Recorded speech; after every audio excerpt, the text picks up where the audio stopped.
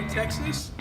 We're doing a backyard patio, fire pit, seat bench, and a grill. Countertop, some things need to be done. We're going to overtop the existing patio, put our proper base down here, 1 inch of sand, bring the beautiful, this is called Icelandic blue marble. Gorgeous. So we're just going to get a before picture. I missed it before, but I videoed it earlier. The guys already started moving the grass, ready for a support wall because it drops down so much.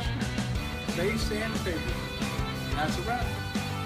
Here it is, our finished product. The Icelandic blue marble, the parquet pattern, French Versailles pattern. We've got our fire pit, beautiful columns, 3-piece splits face on the walls, and a 5 centimeter 2-inch cap on the fireplace and the seat bench. Came over to our grill, and we have the grill countertops, still 3-piece face on the face of the wall, granite top, new grill.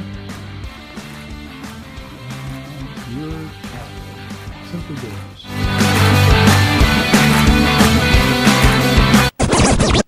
At Precision Pavers, we don't just build patios, we build partios.